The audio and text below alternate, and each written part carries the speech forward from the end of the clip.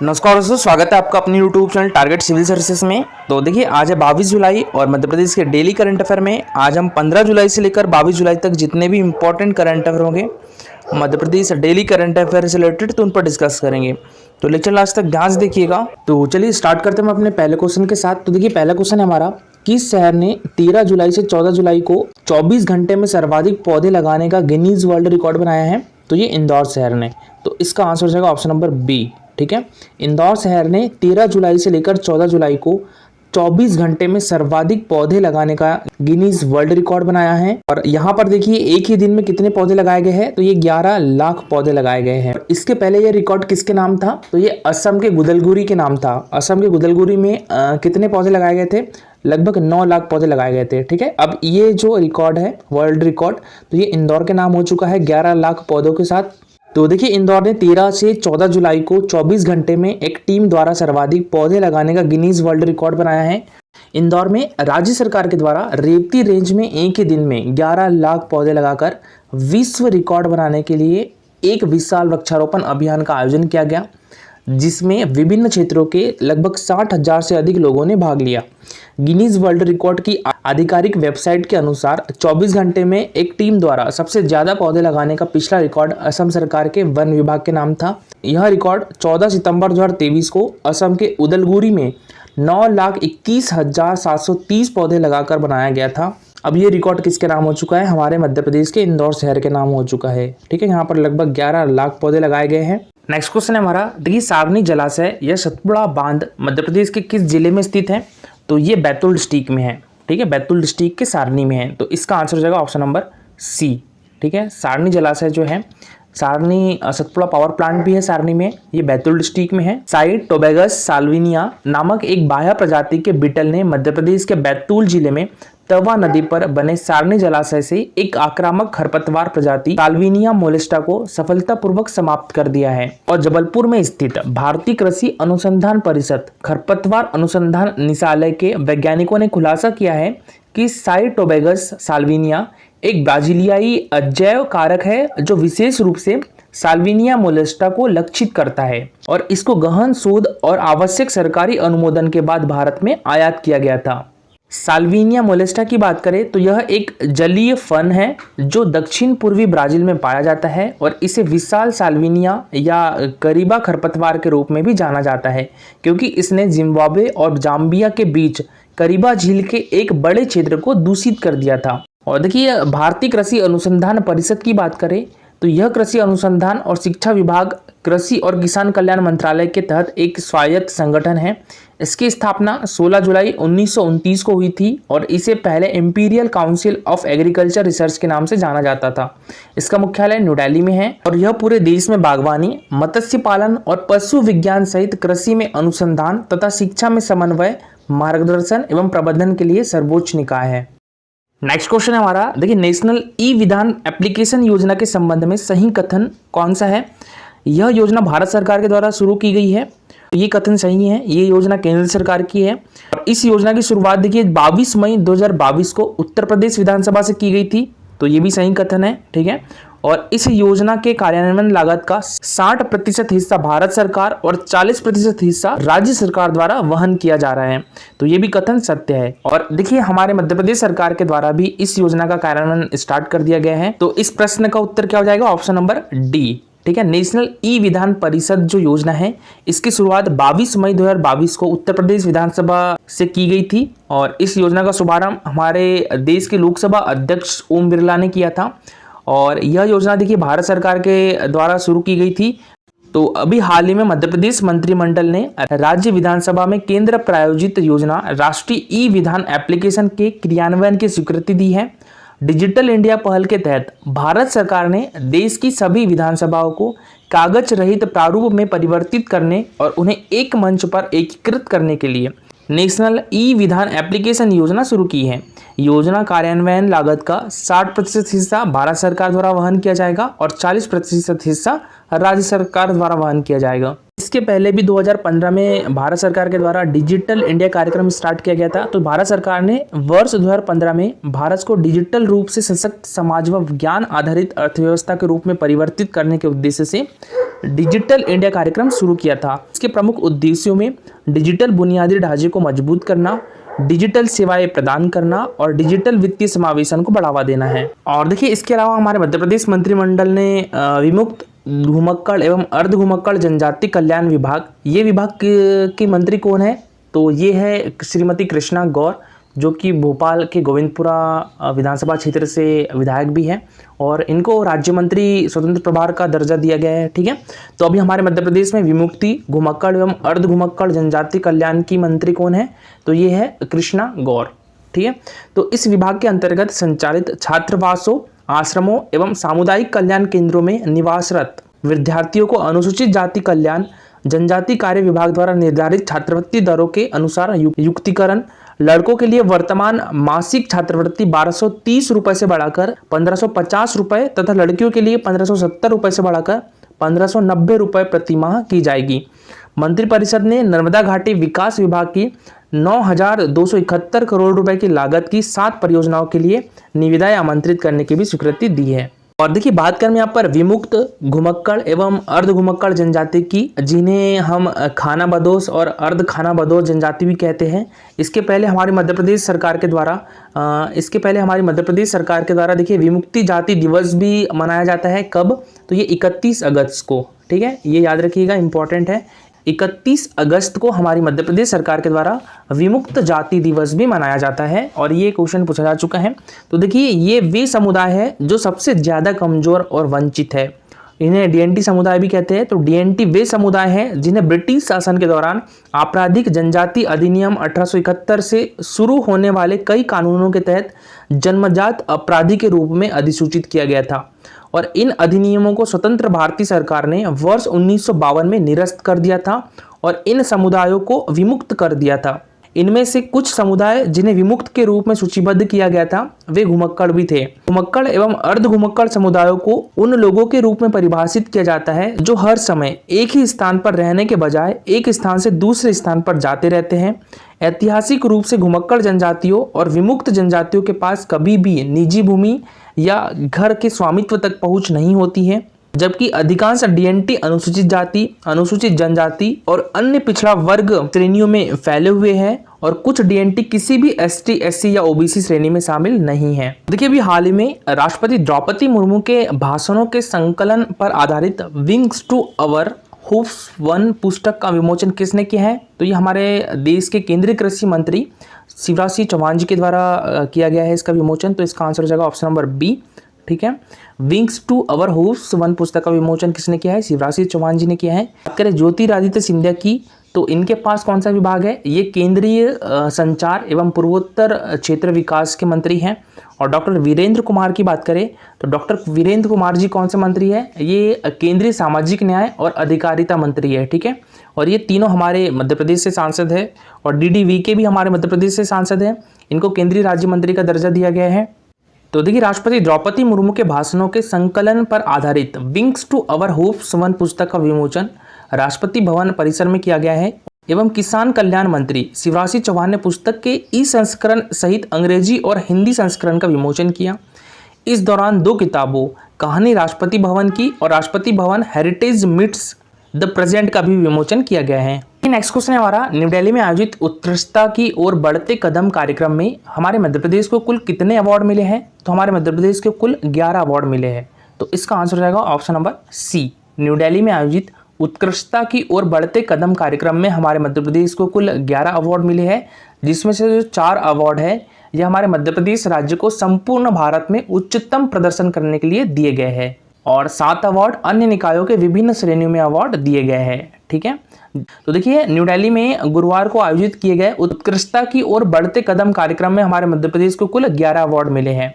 इनमें 4 अवार्ड मध्य प्रदेश राज्य को संपूर्ण भारत में उच्चतम प्रदर्शन करने के लिए दिए गए हैं, जबकि 7 अन्य निकायों को विभिन्न श्रेणियों में अवार्ड प्राप्त हुए हैं। पीएम स्ट्रीट वेंडर योजना के तहत 11,95,000 से अधिक लोगों को लोन देने के साथ ही मध्य प्रदेश ने देश भर में पहला स्थान प्राप्त किया है। इनमें से 8.38 लाख स्ट्रीट वेंडर डिजिटल लेन देन कर रहे हैं। इनमें करीब 21 करोड़ रुपए की नगद राशि बैंक से मिली है। जबकि मध्य प्रदेश को पीएम स्वनिधि योजना के तहत prior recognition for access to financial inclusion and street vendors empowerment award भी मिला है।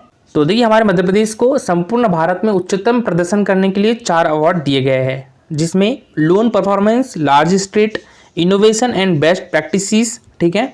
और इसके अलावा best performing state under best innovation and technology all India और best social infrastructure all India. तो ये 4 अवार्ड मिले हैं। इसके अलावा 7 अवार्ड की बात करें तो प्रदेश के नगरीय निकायों को विभिन्न श्रेणियों में 7 पुरस्कार प्राप्त हुए हैं।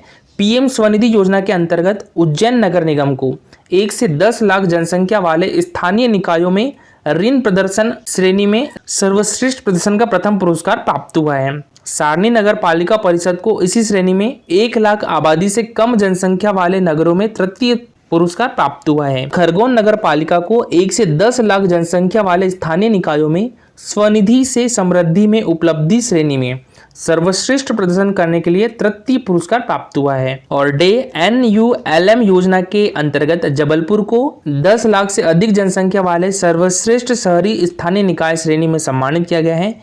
इसके अलावा NULM योजना के क्रियान्वयन के लिए सीधी को द्वितीय पुरस्कार और मंदसौर एवं इटारसी को तृतीय पुरस्कार प्रदान किया गया है। इस क्वेश्चन हमारा मध्य प्रदेश में सिनेमा हॉल में निवेश करने वाले निवेशकों को कितने रुपए तक की सब्सिडी दी जाएगी? तो ये 75 लाख रुपए तक की सब्सिडी दी जाएगी, ठीक है। मध्य प्रदेश में सिनेमा हॉल में निवेश करने वाले निवेशकों को 75 लाख रुपए तक की सब्सिडी दी जाएगी।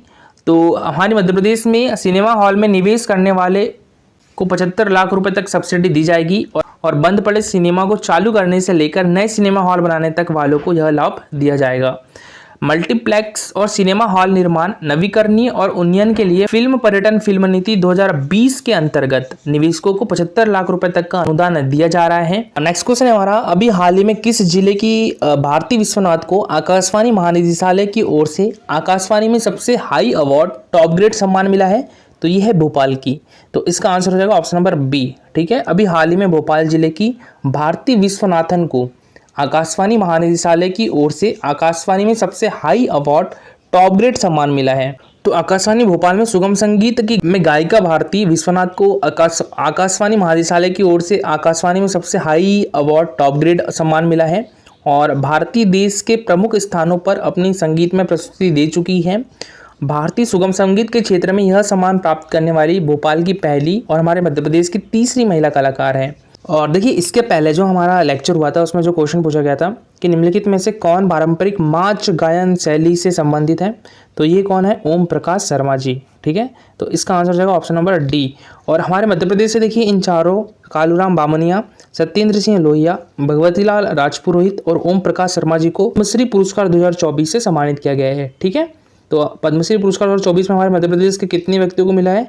ये मिला है 4 व्यक्तियों को। इस बार 132 पद्म अलंकार दिए गए हैं, जिनमें 5 पद्म विभूषण है, 17 पद्म भूषण है और 110 पद्मश्री है, ठीक है। तो कुल कितने पद्म अलंकार सम्मान दिए गए हैं? तो ये 132, ठीक है। तो याद रखिएगा, ये मोस्ट इंपॉर्टेंट है। और देखिए बात करें हमारे देश की, तो हमारे देश में जो है वो सर्वोच्च नागरिक सम्मान कौन सा है? भारत रत्न है, ठीक है। सर्वोच्च नागरिक सम्मान भारत रत्न है। उसके बाद सर्वोच्च नागरिक सम्मान दूसरा कौन सा है? तो ये पद्म विभूषण है। और तीसरा सर्वोच्च नागरिक सम्मान कौन सा है? तो पद्म भूषण है। और चौथा सर्वोच्च नागरिक सम्मान कौन सा है? तो ये पद्मश्री है। तो भारत रत्न किसे मिला है? तो ये बिहार के मुख्यमंत्री कर्पूरी ठाकुर को दिया गया है। ये 49वां भारत रत्न पुरस्कार दिया गया है इनको, ठीक है। और पद्म विभूषण की बात करें तो पद्म विभूषण कितने व्यक्तियों को दिया गया है? 5 व्यक्तियों को। देखिए 5 लोग कौन कौन है, ये मोस्ट इंपॉर्टेंट है। विभूषण तो याद ही रखना है आपको, ठीक है। कौन कौन है? श्री वेंकैया नायडू जी। और ये कहाँ से है? तो ये आंध्र प्रदेश से है, ठीक है। और एक चिरंजीवी को दिया गया है, ठीक है। और चिरंजीवी को किस क्षेत्र में दिया गया है? तो इनको आर्ट में दिया गया है, ठीक है। चिरंजीवी को आर्ट में दिया गया है। और एक श्री बिंदेश्वर पाठक को मिला है। बिंदेश्वर पाठक को सोशल वर्क यानी समाज सेवा में ही मिला है।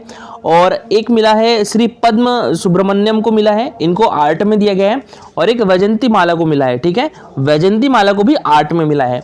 ठीक है। तो ज़्यादातर आप देखोगे कि आर्ट में मिला है, चिरंजीवी को आर्ट में मिला है, वैजंती माला को आर्ट में मिला है, और पद्म सुब्रमण्यम को आर्ट में मिला है, और बात करें श्री बिंदेश्वर पाठक को समाज सेवा में मिला है, और श्री वेंकैया नायडू जी हमारे देश के पूर्व राष्ट्रपति भी रह चुके हैं, इनको किस क्षेत्र में दिया गया है, तो पब्लिक अफेयर में दिया गया है, ठीक है। और मिथुन चक्रवर्ती को पद्म भूषण मिला है, ठीक है, तो मिथुन चक्रवर्ती को पद्म भूषण मिला है, और उषा उथुप को भी कौन सा अवार्ड दिया गया है, तो पद्म भूषण अवार्ड दिया गया है, ठीक है। तो पद्म भूषण में ये 2 नाम इंपॉर्टेंट है, एक तो मिथुन चक्रवर्ती को याद रखिएगा, इनको भी आर्ट में पद्म भूषण से सम्मानित किया गया है, और एक उषा उथुप को, ठीक है।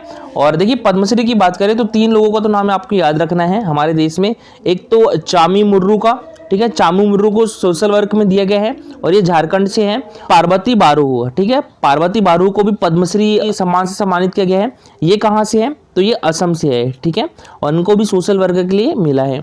और एक मिला है दुखू माझी को, दुखू माझी कहाँ से है, वेस्ट बंगाल से है, और इनको भी सोशल वर्क के लिए अभी हाल ही में पद्मश्री सम्मान से सम्मानित किया गया है। और देखिए हमारे मध्य प्रदेश के हिस्से में कितने पद्मश्री आए हैं, तो 4 पद्मश्री आए हैं। कौन कौन से हैं वो, तो कालूराम बामनिया, ओम प्रकाश शर्मा, इनको कला के क्षेत्र में मिला है, भगवती राजपुरोहित, इनको साहित्य के और शिक्षा के क्षेत्र में दिया गया है, सत्येंद्र सिंह लोहिया, इनको खेल के क्षेत्र में दिया गया है। तो सबसे पहले हम बात करें पंडित ओम प्रकाश शर्मा की, तो ये किस जिले से है, उज्जैन से है, और इनको कला के क्षेत्र में पद्मश्री पुरस्कार 2024 से सम्मानित किया गया है, और ये है पंडित ओम प्रकाश शर्मा जी। तो देखिए मालवा के लोक गायन शैली माच को आगे बढ़ाने वाले रंगमंच के नायक उज्जैन के 85 वर्षीय ओम प्रकाश शर्मा को केंद्र सरकार ने पद्मश्री सम्मान के लिए चुना है। वे माच और हिंदी रंगमंच के उस्ताद कालूराम शर्मा जी के पोते और पंडित शालिग्राम शर्मा के बेटे हैं। उनका संबंध दौलतगंज घराना से है, और वे भारत सरकार के संगीत नाटक अकेडमी पुरस्कार, मध्य प्रदेश सरकार के शिखर सम्मान, तुलसी सम्मान सहित कई पुरस्कारों से नवाजा जा चुके हैं, और 8 नाटकों का लेखन भी कर चुके हैं। की बात करें मैं यहाँ पर कालूराम बामनिया की, तो ये देवास डिस्ट्रिक्ट से है, ठीक है, यहाँ देवास डिस्ट्रिक्ट कर लीजिएगा, तो ये कहाँ से है, देवास डिस्ट्रिक्ट से है, ठीक है। कालूराम बामनिया कहाँ से है, तो ये देवास डिस्ट्रिक्ट से है, और इनको किस क्षेत्र में मिला है, तो कला के क्षेत्र में दिया गया है, ठीक है। तो याद रखिएगा कालूराम बामनिया जो है 32 सालों से ये कबीर गायन कर रहे हैं, तो इन्हीं के लिए इन्हें कला के क्षेत्र में पद्मश्री पुरस्कार 2024 से सम्मानित किया गया है, ठीक है। और भगवती लाल राजपुरोहित की बात करें तो देखिए इनका जो जन्म है वो धार डिस्ट्रिक्ट में हुआ था, और इनका जो कर्म स्थली रही है तो वो उज्जैन डिस्ट्रिक्ट में रही है, ठीक है। तो दोनों याद रखिएगा, इनका जन्म कहाँ पर हुआ था, धार में हुआ था, और इनकी जो कर्म स्थली मतलब ये अभी जो है यहाँ ये जो रह रहे हैं वो कहाँ पर रह रहे हैं, उज्जैन में रह रहे हैं। और इनको पद्मश्री पुरस्कार 2024 में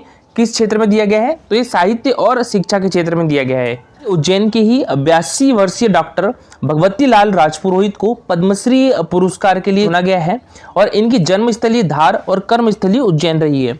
गत वर्ष शिखर सम्मान और संगीत नाटक अकेडमी पुरस्कार से भी नवाजे गए थे। उनकी पहचान संस्कृतिवादी, पुरातत्ववादी, प्रसिद्ध लेखक, सांदीपनि महाविद्यालय में हिंदी विभाग के आचार्य और महाराजा विक्रमादित्य शोध पीठ के निदेशक के रूप में भी रही है। वे अपने अब तक के जीवन काल में महाकवि कालिदास, महान शासक रहे सम्राट विक्रमादित्य, रोजा भोज और लोक साहित्य पर अनेक किताबें लिख चुके हैं। भगवत लाल पुरोहित जी का संबंध किस डिस्ट्रिक्ट से है, तो इनका जन्म धार डिस्ट्रिक्ट में हुआ था, और इनकी जो कर्मस्थली रही है वो उज्जैन डिस्ट्रिक्ट में रही है। इनको साहित्य और शिक्षा के क्षेत्र में भी पद्मश्री पुरस्कार 2024 से सम्मानित किया गया है। और जो चौथा पद्मश्री पुरस्कार है वो हमारे मध्य प्रदेश के सत्येंद्र सिंह लोहिया जी को मिला है। किस क्षेत्र में, तो खेल के क्षेत्र में दिया गया है, और ये कहाँ से है, तो ये भिंड डिस्ट्रिक्ट से है, ठीक है। तो ये भी मोस्ट इंपॉर्टेंट है, याद रखिएगा। तो सत्येंद्र सिंह लोहिया जी जो है ये स्विमर है, पैरा स्विमर है, ठीक है, पैरा स्विमर है ये। इनको खेल के क्षेत्र में पद्मश्री पुरस्कार 2024 से सम्मानित किया गया है। ये भिंड के रहने वाले पैरा स्विमर सत्येंद्र सिंह लोहिया के नाम कई किताब दर्ज हैं। आयरलैंड के नॉर्थ चैनल को पार करने वाले वे एशिया के पहले स्विमर हैं। सत्येंद्र ने 26 किलोमीटर के नॉर्थ चैनल को 14.39 घंटे में पार कर विश्व रिकॉर्ड बनाया है, और इससे पहले सत्येंद्र इंग्लिश और कैटलीना चैनल को पार कर विश्व रिकॉर्ड भी बना चुके हैं। सत्येंद्र ने 24 जून 2018 को 12 घंटे 24 मिनट में इंग्लिश चैनल पार किया था, जो एक रिले इवेंट था। इस इवेंट में उनका नाम एशियाई लिम्का बुक रिकॉर्ड में भी दर्ज है। और उसके बाद अमेरिका में 18 अगस्त 2019 को उन्होंने 11 घंटे 34 मिनट में कैटलीना चैनल भी पार कर लिया था। सत्येंद्र सिंह ने 7 नेशनल पैरा तैराकी चैंपियनशिप में भाग लेकर देश के लिए 24 पदक हासिल किए हैं और मध्य प्रदेश सरकार 2014 में उन्हें सर्वोच्च खेल सम्मान विक्रम अवार्ड से भी सम्मानित कर चुकी है और 3 दिसंबर 2019 को वे सर्वश्रेष्ठ दिव्यांग खिलाड़ी के राष्ट्रीय अवार्ड से भी सम्मानित हो चुके हैं। ठीक है, तो ये है सत्येंद्र सिंह लोहिया जी। इनका संबंध है भिंड डिस्ट्रिक्ट से और इनको अभी हाल ही में खेल के क्षेत्र में पद्मश्री पुरस्कार 2024 से सम्मानित किया गया है। देखिए एक बार रिवाइज कर ले फटाफट। तो देखिए सत्येंद्र सिंह लोहिया की बात करें तो इनको किस क्षेत्र में मिला है पद्मश्री पुरस्कार 2024? तो इनको खेल के क्षेत्र में मिला है। ये किस डिस्ट्रिक्ट से है? तो भिंड डिस्ट्रिक्ट से है। भगवती लाल राजपुरोहित की बात करें तो ये कहाँ से है? तो देखिए इनका जन्म जो है वो धार डिस्ट्रिक्ट में हुआ था और ये अभी कहाँ पर रह रहे हैं? तो उज्जैन में रह रहे हैं। ठीक है, और इनको अभी हाल में पद्मश्री पुरस्कार 2024 किस क्षेत्र में मिला है? तो साहित्य और शिक्षा के क्षेत्र में दिया गया है। कालूराम बामनिया की बात करें तो इनका संबंध देवास डिस्ट्रिक्ट से है। ठीक है, और इनको कला के क्षेत्र में मिला है पद्मश्री पुरस्कार 2024। और पंडित ओम प्रकाश शर्मा की बात करें तो ये उज्जैन डिस्ट्रिक्ट से है और इनको भी कला के क्षेत्र में पद्मश्री पुरस्कार 2024 से सम्मानित किया गया है। तो कला के क्षेत्र में कितने व्यक्तियों को पद्मश्री पुरस्कार 2024 से सम्मानित किया गया है? 2 व्यक्तियों को। कौन कौन से? एक तो कालूराम बामनिया और एक पंडित ओम प्रकाश शर्मा जी। और देखिए 2023 की बात करें, ठीक है, 2023 में भी हमारे मध्य प्रदेश के 4 व्यक्तियों को पद्मश्री पुरस्कार 2023 से सम्मानित किया गया था। कौन कौन? एक तो जोधैया बाई बैगा को, ठीक है, जोधैया बाई बैगा जो है वो कहां से है? उमरिया से है। इनको कला के क्षेत्र में पद्मश्री पुरस्कार 2023 से सम्मानित किया गया था। ठीक है, और एक थे रमेश परमार और शांति परमार, ये झाबुआ डिस्ट्रिक्ट से है और इनको भी कला के क्षेत्र में पद्मश्री पुरस्कार 2023 से सम्मानित किया गया था। एक है मुनीश्वर चंदावर, तो ये जबलपुर डिस्ट्रिक्ट से है और इनको मेडिसिन यानी चिकित्सा के क्षेत्र में पद्मश्री पुरस्कार 2023 से सम्मानित किया गया था। ठीक है, तो पद्मश्री पुरस्कार 2023 कितने व्यक्तियों को मिला था? 4 व्यक्तियों को। कौन कौन?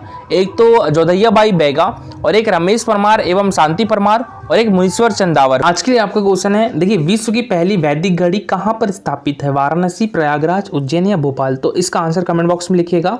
और देखिए ये है हमारा Telegram channel target civil services, तो इसको आप ज्वाइन कर सकते हो। पर आपको जो भी नोटिफिकेशन आते हैं MPPSC से रिलेटेड या अदर एग्जाम से रिलेटेड तो आपको टेलीग्राम चैनल पर मिल जाएंगे। इसकी लिंक आपको हमारी वीडियो के डिस्क्रिप्शन बॉक्स में मिल जाएगी। लेक्चर अच्छा लगा हो तो लाइक और शेयर जरूर करिएगा। अगर आप इस चैनल पर नए हो तो सब्सक्राइब भी कर लीजिए। Thank you so much for watching this video.